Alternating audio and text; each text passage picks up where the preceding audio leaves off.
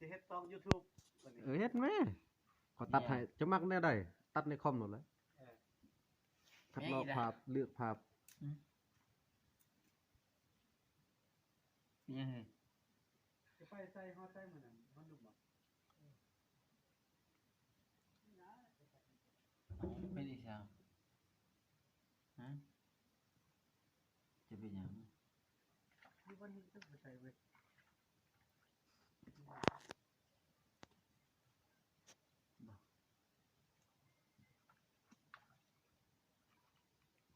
เศร้าถึกใส่อยู่ในนั้น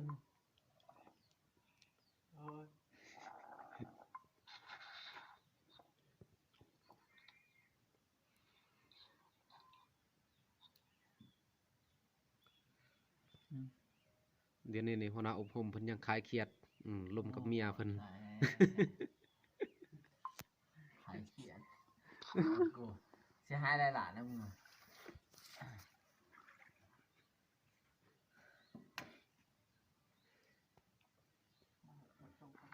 เป็นยังไง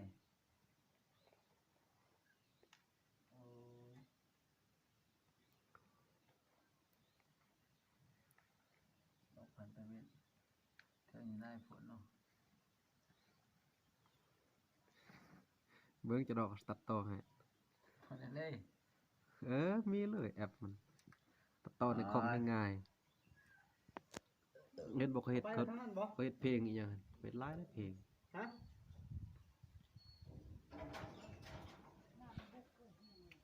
ต่อคอยบ่มีน้ำแล้วอยู่ลุมขอไปเอาลักของหนึ่ง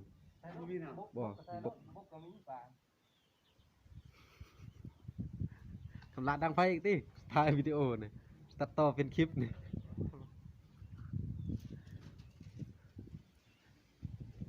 เอาหน้าปกมันต้องเฮากินอันนั้นมื้อนึงหั่นใส่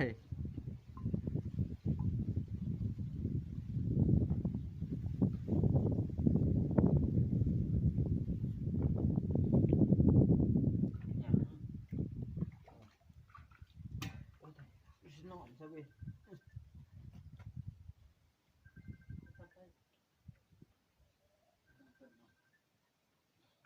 จะเป็นยังไง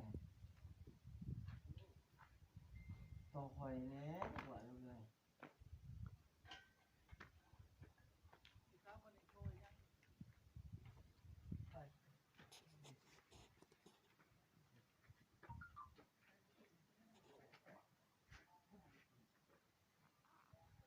อย่างน้ำอย่างนั้นใส่ถ้วยน้ำผมกินต้มหนู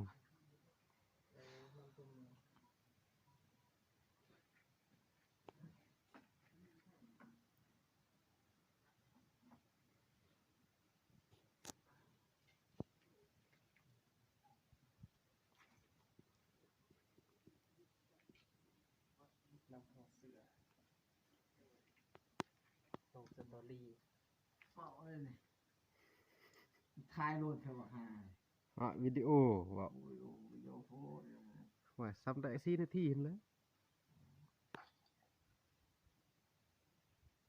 เฮ้ยเฮ้ยเฮ้ยเจอสัญญาณเลย